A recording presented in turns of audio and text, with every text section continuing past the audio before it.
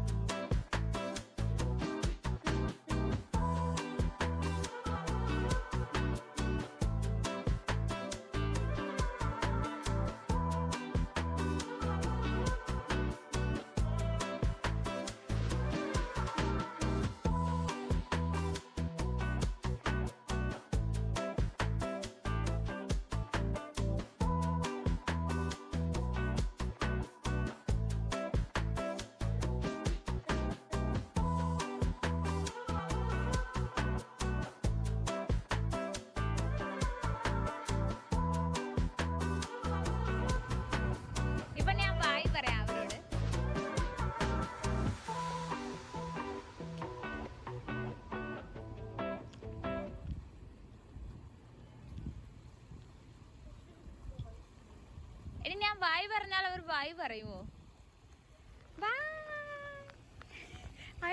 അവർ പറയുന്നുണ്ട്.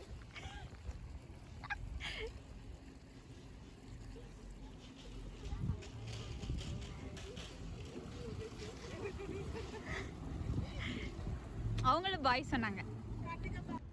இங்கே தெரியுறாங்க பார்த்தீங்களா மக்களே, இவங்க 3 பேர் கூட தான் நான் வந்திருக்கேன்.